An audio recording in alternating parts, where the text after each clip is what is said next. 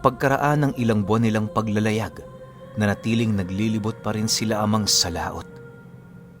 Isa-isa nilang pinupuntahan ang mga islang hangad nilang puntahan upang makalikom ng mga antigong bagay na merong iba't ibang uri ng kakayahan. Doon din nabuo ang kanyang pagnanais na maging isang kolektor ng mga mahihiwagang sandata. Para maisakatuparan nito, nililipol nila ang lahat ng nilalang sa mga lugar na kanilang napupuntahan kapalit ang mga mahalagang gamit na kanilang nasasamsam.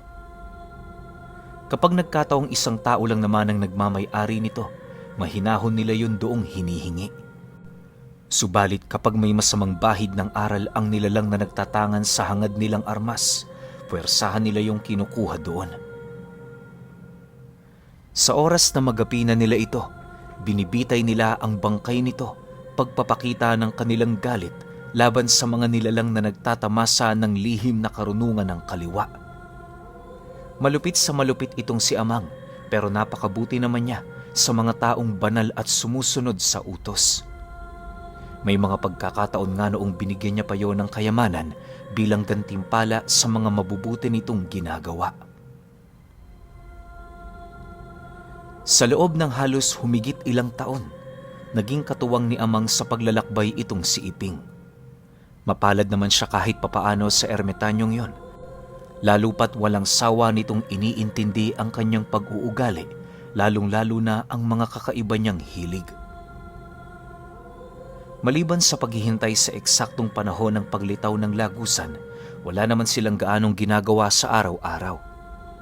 Upang maging abala ang kanilang mga sarili, pinipili nilang dumayo sa iba't ibang lupain upang maghanap ng mga bukod tanging nilalang.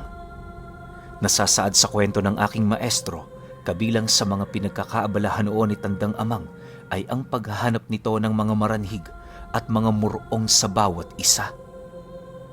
Nangongolekta rin siya ng matataas na uri ng mga laman lupa, maging yung mga uri ng mga manananggal na hanggang tuhod lamang ang nahahati sa tuwing lumilipad yon tuwing gabi. Dahil sa napakalaking espasyo ng galyon, kung kaya't pakiramdam noon ni Tandang Amang, walang katapusan ang pag-iimbak niya rito ng mga nilalang. Halos kapag sumasapit ang gabi ng kanilang paglalayag, sa bawat pag-usad ng galyon, maririnig mo ang mga daing ng mga naghihirap na mambabarang at mangkukulam. Isang gabi, habang nagpapahinga sila Amang at Iping, bigla naman silang napabalikwas sa kanilang mga higaan nang makarinig sila ng malalakas na pagkalabog sa ilalim ng galyon. Dala ng pag-aalala na baka may nakatakas na bilanggo, agad naman silang tumungo doon para magmasid. Pagdating nila sa lugar, hindi naman nila maiwasang magtaka sa kadahilan ng napakatahimik naman ng paligid. Pagsindi nila ng isang gasera, bumungad sa kanila ang kulungan ng isang syokoy kung saan sa harap nito merong isang mambabarang na nakaluhod, wala nang magkabilang kamay dahil sa pagpupumilit nitong bumukas ng kulungan. Alam din ni Amang na wala na yung buhay, gawa ng nasisiguro niya walang sino mang nilalang sa loob ng galyon ang makakaligtas sa sumpang nakabalot sa bawat kulungan. Amang, papaano nakatakas ang nilalang na yan? Nakakaawa naman. Nabawasan na naman tayo ng langis panlayag.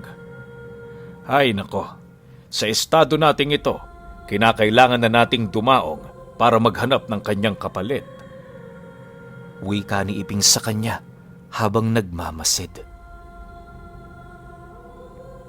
Nang marinig naman ni Amang ang sinabi nito, iisa lang ang kanyang nasisiguro at yon ay maaaring nahulog sa patibong ng syokoy ang nilalang na yon. Magkalapit lang kasi ang kinaroroonan ng mga ito at ng kulungan kung kaya't hindi malabong mangyari ang bagay na yon.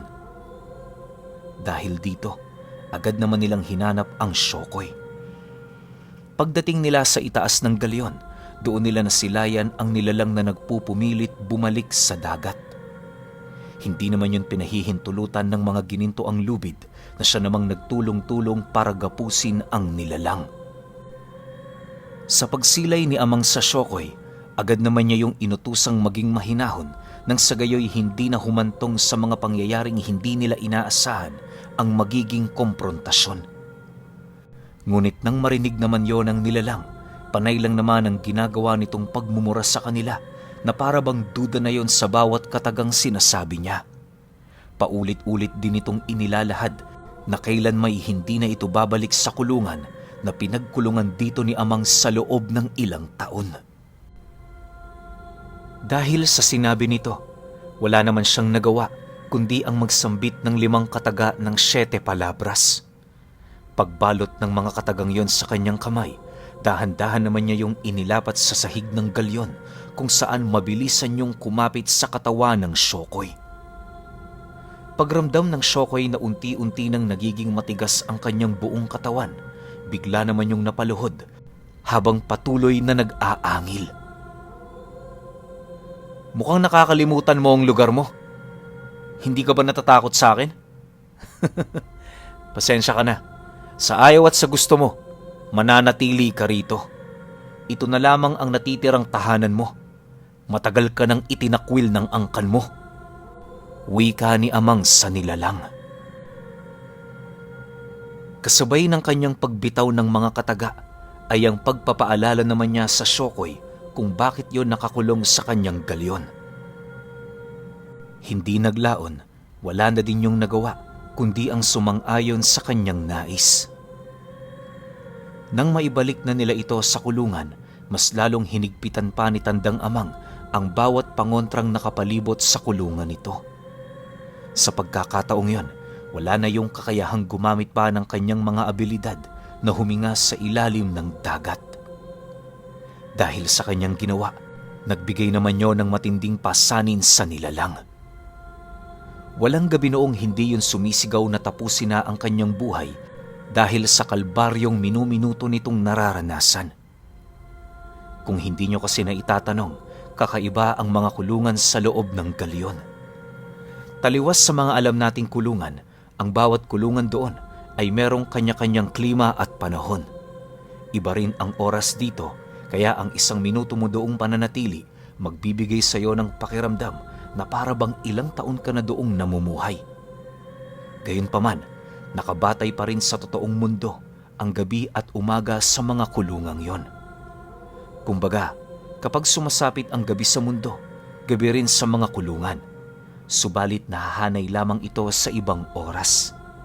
Isa yon sa mga nagpapahirap sa mga nilalang doon, kung kaya't halos magkaroon na ng napakaraming lumot ang iilan sa mga ito dahil lamang sa kanilang pananatili. Kayo na ang bahalang mag-isip kung ano ang pakiramdam ng isa sa mga kulungan ng galyon. Makalipas pa ang mga pangyayari, naging matiwasay naman ang mga kaganapan sa kanilang paglalayag. Ganun pa rin ang kanilang ginagawa kapag nakakakita ng isla, dumadaong sila doon upang maghanap ng langis at iba pang uri ng mga nilalang na bukod tangi sa paningin ni Amang. Kapag nakakabalita rin sila ng mga pambihirang klase ng mutya sa lugar, hindi sila roon basta-bastang lumilisan hanggat hindi yon nakukuha. Hindi man sa pagmamayabang pero may tangan ding piraso ng dignum itong si Amang. Marami din yung inaalaga ang mga tanim, kagaya ng isang uri ng punong nagkakaroon ng apoy na dahon at iilang mga baging na lumuluwal ng mga mamahaling bato. May mga hayop din itong inaalagaan na hindi nasisilayan sa mundo ng mga tao, kagaya ng mga lumilipad na serpente at mga umiiyak na manok. Sa dinami-rami na dalang mahihiwagang gamit ng galyon, halos nagiging normal na yon sa kanilang mga paningin. Para kay Tandang Amang, pangkaraniwan lamang yun sa kanila, lalo pat nakadisenyo ang sinasakyan nilang galyon para magdala ng mga mahalagang kagamitan kagaya ng mga mutya at mga buhay na agimat. Pagkaraan pa ng ilang taon, matapos nilang dumaong sa paraiso, nagpasya itong si Amang na kumuha ng iilang piraso ng bunga na nanggaling sa puno ng buhay. Sumalok rin siya ng tubig sa batis kung saan nagbibigay ito ng milagrong magpapagaling sa kahit na anumang uri ng sugat na natamo ng laman ng kahit na anong uri ng nilalang. Matapos niya yung maitago sa galyon, hindi na rin sila nagtagal sa lugar. Sa kanilang paglilibot sa paraiso, doon nila nasilayan ang iilang mga ibon na karaniwang alaga ng mga diwata. May mga maharlikang engkanto rin sila doong nakikita na isa sa mga tubong naninirahan sa isla. Ayon kay Tandang Amang, napapalibutan ng paraiso ng isang uri ng dagat na merong kulay berdeng tubig at maraming nagsisiusli ang mga bato. Sa bawat hangganan nito, makikita mo ang isang talon na animoy walang katapusan ang pagbagsak ng tubig sa dagat na yon. Naniniwala sila na ang tubig na nanggagaling sa paraiso ang siyang nagbibigay ng walang katapusang dagat sa karagatan. Yon ang isa sa mga rason kung bakit hindi basta-bastang natutuyo ang lahat ng tubig na nakaipon sa mundo ng mga tao. Dagdag pa nito na pinapalibutan rin ng paraiso ng walang katapusang unos na siya namang nagsisilbing iilan sa mga harang nito upang hindi yun basta-bastang mapapasok ng mga ordinaryong tao. Sa pag-alis nila sa lugar, naging matiwasay naman ang kanilang paglalakbay. Magmula noon, naging pangkaraniwan na lamang para sa kanya ang paglalakbay papasok doon. Kilala na din siya ng mga elementong nagbabantay sa lagusan kung kaya't hindi na nito pinapakialaman ang kanyang paglabas-masok sa binabantayan ng mga ito. Lumipas pa ang ilang dekada, dumating na nga sa puntong tumanda na ng husto itong si Iping. Nang malapit na yung bawian ng buhay, labis-labis ang pasasalamat nito kay Amang ukol sa mga bagay na nagawa nitong maranasan. Hindi na din yun umalis pa sa galyon kung kaya't nagdesisyon siya na doon na lamang yun ilibing. Nais man sana niyang dugtungan ang buhay nito, ngunit labis siyang tinutulan ni Iping. Para sa ermitanyo, di hamak na mas magandang mamatay ng maaga para makapagpahinga na. Sapat na sa kanya ang lahat ng naranasan nila upang magkaroon sila ng payapang kamatayan. Sa huling higaan nitong hinigaan, inilahad ng matanda sa kanya kung gaano yun kasayang makilala siya. Kay Amang na rin ito ipinamana ang lahat ng karunungan nito, gawa ng wala naman itong disipulo. Nang tuluyan ng bawian ng buhay ang matanda, halos sukluban naman ng langit at lupa ang kanyang isipan buhat sa kalungkutang kanyang nararamdaman. Pakiramdam noon ni Amang, yung kalungkutang naranasan niya noong namatay ang kanyang pamilya, bumalik na naman. Pagkaraan pa ng isang siglo, muli siyang nakakilala ng iilang mga albularyong may pambihirang karunungan. Habang bata pa ito, sinanayo ni Amang bago tuluyang hayaang mamuhay gamit ang kanilang mga kakayahan. May iilan man siyang pinasakay sa galyon pero minabuti niyang wag yung pahintulutang mamatay kagaya ni Iping. Sa oras kasi natapos na ang kanilang paglalakbay, kusa niya na yung iniiwan at hindi na binabalikan. Ginagawa niya ito nang sa gayoy maiwasan ang muli niyang pagramdam ng kalungkutan. Buong buhay kasi noon ni Amang, nakita na niya ang pagkamatay ng iilang mga taong malapit sa kanya. Sa paglipas ng panahon, animoy unti-unti na ring tumitigas ang kanyang puso. Dahil sa pagtatangan niya ng mahabang buhay, pakiramdam niya, hinahabi ng panahon ang sarili niyang wisyo para makaramdam ng ganoong bagay. Gayunpaman, sa kabila ng lahat ng kanyang naranasan, masaya naman siya kahit papaano, gawa ng marami siyang nakilalang mabubuting tao. Habang paunti-unti pang umuunlad ang sibilisasyon, dahan-dahan namang ikinukubli ni Tandang Amang ang kanyang galyon, maging ang kanyang pag-iral sa mundo. Alam niya kasing may mga makinarya na kayang maglayag sa karagatan ng ilang taon, kung kaya't mas pinili na lamang niyang umiwas. May mga pagkakataon ding nakakasalubong siya nito pero hindi na lamang niya yun pinapansin. Minsan nga, kapag nakakasilay siya ng mga barkong pinagpupugaran ng mga aswang, siya na mismo ang kusang lumilipol sa mga ito. Alam mo, Pinuno, hindi naging madali ang buhay ni Amang. Maaaring nasa kanya na ang lahat, pero ang lumbay na kanyang nararanasan buhat ng pagkakatali niya sa galyon ay hindi matutumbasan.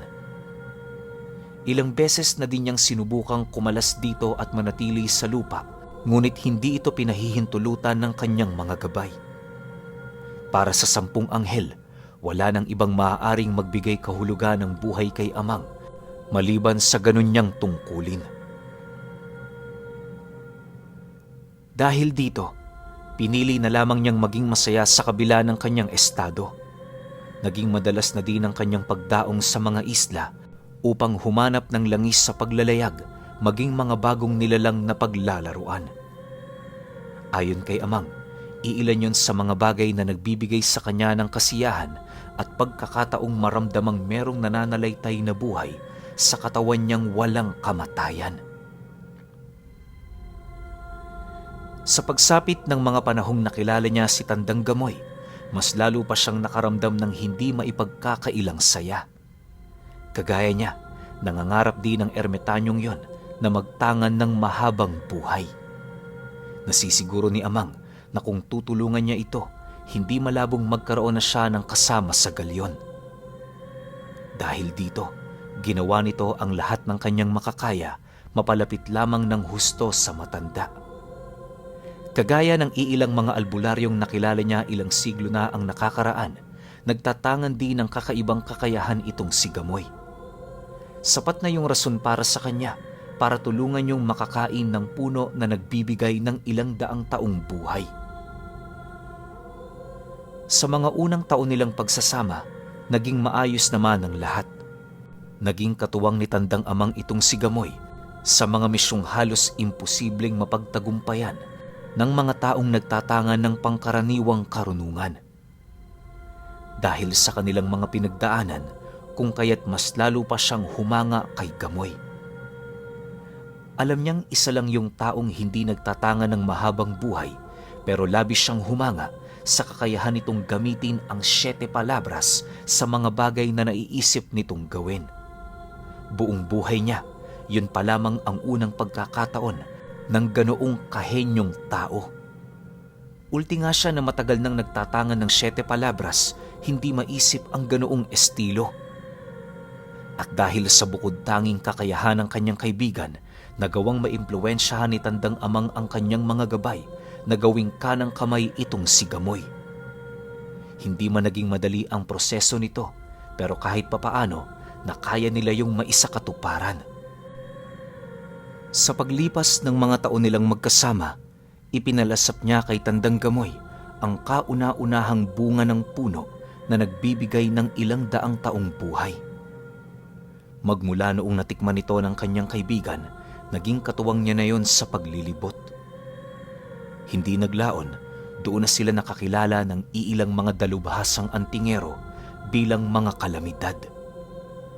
Kalamidad, sa puntong nagbibigay sila ng matinding sakuna sa sinumang mga nilalang na nagtatanga ng aral ng kaliwa. Pasensya na kayo, hindi ko mailalahad sa kwentong ito kung ilang siglo nagsama si Tandang Amang at si Tandang Gamoy.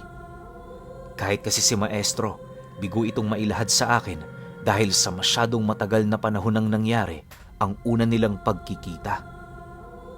Pero ayon sa kanya, hindi pa nakakarating sa Pilipinas ang mga Kastila, nagsasama na sila. Marami na rin silang nilakbay na lupain noon sa iba't ibang panig ng daigdig. Alam niyo ba na dahil sa mga kulungan ng galyon, nagawa nilang makalikom ng mga nilalang na matatagpuan sa iba't ibang lugar. Bawat isa sa mga ito, kung hindi nagbibigay ng dagok sa tao, masyadong nakakapaminsala ang mga karunungan nilang dinadala. Kahit nga yung mga elementong iniluwal mismo ng tubig, nagawa nila yung madakip at maikulong. Pagkaraan pa ng ilang siglo, matapos makumpleto ni Tandang Gamoy ang ritual sa pagkain ng bunga ng punong nagbibigay ng ilang daang taong buhay, nagdesisyon na yung manatili sa lupa. Halos inabot pa yon ng ilang taon kakatalon-talon sa mga isla hanggang sa madapo na siya sa Argao kung saan nagkita sila ni Maestro Toto. Payapang namumuhay doon si Tandang Gamoy bilang ermitanyo, tumutulong sa mga taong naninirahan. Magmula noong nadapo siya sa lugar na yon, kabilin-bilinan sa kanya ni Tandang Amang na wag na doong umalis. Nagkasundo na kasi sila na doon na siya mananatili para naman kahit papaano, pagkaraan ng 5 taon, alam na nito kung saan yun uuwi. Matapos nilang magkasundo sa bagay na yon, agad din namang lumisan si Tandang Amang para ipagpatuloy ang kanyang paglalayag. Habang siya ay naglilibot, naging abala naman si Tandang Gamoy sa paggawa ng daungan ng galyo nito. Halos mag-iisang taon niya ring binuo yun, katuwang ang mga engkantong naninirahan sa lugar. Noong mga panahong ito, masasabi kong wala pang kamuwang-muwang si Maestro Toto sa mga nangyayari. Kung hindi ako nagkakamali, nasa dulo pa siya ng ihi ng kanyang ama noong ginawa ni Tandang Gamoy ang daanan ng galyon. Ayon kasi kay Tandang Amang, unang pumaroon sila ni Tandang Gamoy, wala pang katao-tao sa lugar. Hindi na rin nagkakaroon ng mga daan sa kadahilan ng masyado pang payak ang pamumuhay ng iilan. Yung tipong aakalain mong kagubatan ang iyong dinaraanan pero magugulat ka na lang na sa dulo nito meron palang baryo. Bibihira din noon kung maglakbay ang mga manlalako sa takot na baka tambangan yon ng mga hindi kaaya-ayang nilalang.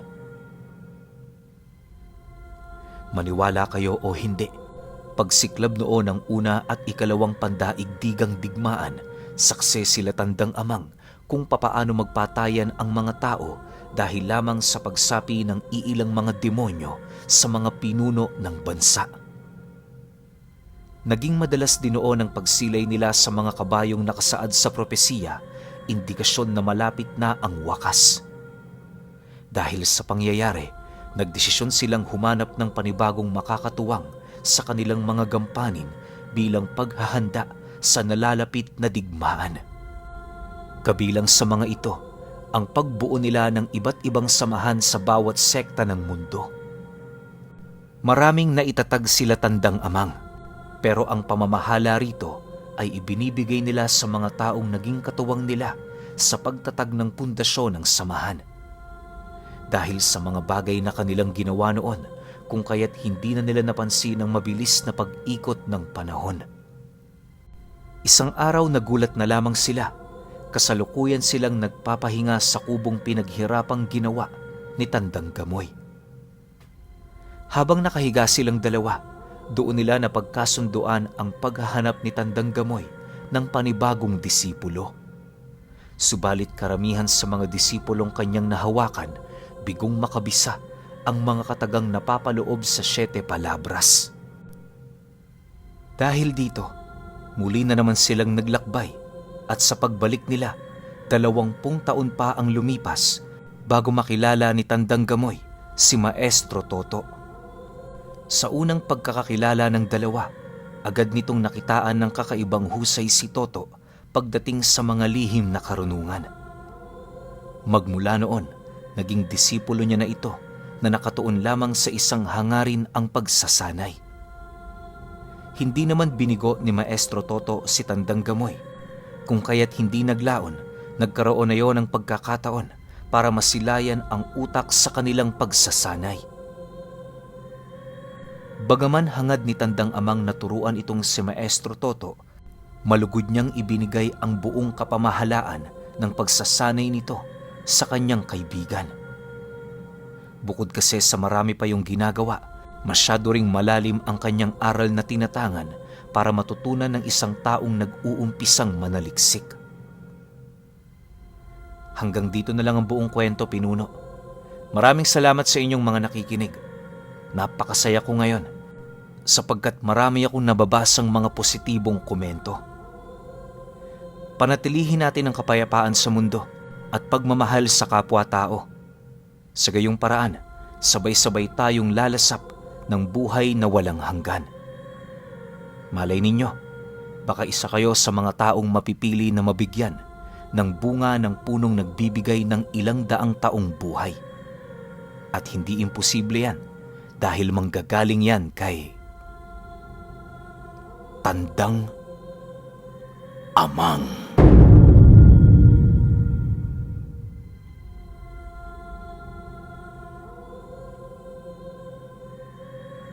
Okay, opinion ko sa kwento. Ito yung sinasabi ko sa inyong part na medyo magulo. So, medyo matagal naming inayos to kasi parang sobrang dami ng skip ng taon, dekada, milenyo, di ko na nga mabilang kasi isipin niyo wala pang panahon ng mga Kastila, nagsasama na yung dalawang matanda. Siguro yung lugar ng Capiz, baka hindi pa nga Capiz tawag dun noong mga sinaunang panahon eh. Pero siguro para mas maging accurate lang, nilagay na lang siguro na itong disipulo ni Toto na Capiz yun. Pero hindi siya nagpakilala, no? Walang pangalan na binigay. Parang medyo napaka-misteryo ng pagkatao nito Pero okay lang, at least naipasa niya yung mga kwento. Ang masasabi ko sa buong kwento, sobrang matalinhaga. Alam niyo yun, yung tipong yung utak ko parang siksik sa imagination. Walang page na hindi ako nag-imagine na grabe, ganito pala yung nararanasan nitong kapitan ng gininto ang galyon. Tsaka alam niya, hindi ko masabing masaya si Tandang Amang kasi nga hindi siya mamamatay. Siguro pag namatay siya, titigil yung paglalayag ng gininto ang galyon tapos meron sigurong matinding sakuna yung mangyayari. Hindi natin kasi masasabi, di ba? Lalo na siguro pwede rin niyang chance na pag nawala yung gininto ang galyon o namatay to si Tandang Amang, pwedeng end of the world. Hindi natin masasabi, di ba? Siguro siya talaga yung nagpapanatili ng balanse sa lahat. Kasi sinabi na rin niya na sobrang dami niya ng kinulong na iba't ibang klaseng nilalang sa gininto ang galyon. Pero hindi pa rin yun sapat para mapigilan yung kasamaan o kasamaan. Yun lang yung nakakatakot. Paano kaya kung hindi nakakuha sila Tandang Amang ng mga ganong klase ng nilalang? Paano kung hindi nila yun naikulong sa galyon? Siguro mas matindi pa yung mga sakunang dinaranas natin ngayon, di ba? Walang makakapagsabi talaga pero sobrang hiwaga. Akala ko nga may mababanggit na mga sikat na mga antingero o mga ermitanyo sa kwento na to ni Tandang Amang. Pero wala Talaga nakafocus lang sa kanila, no?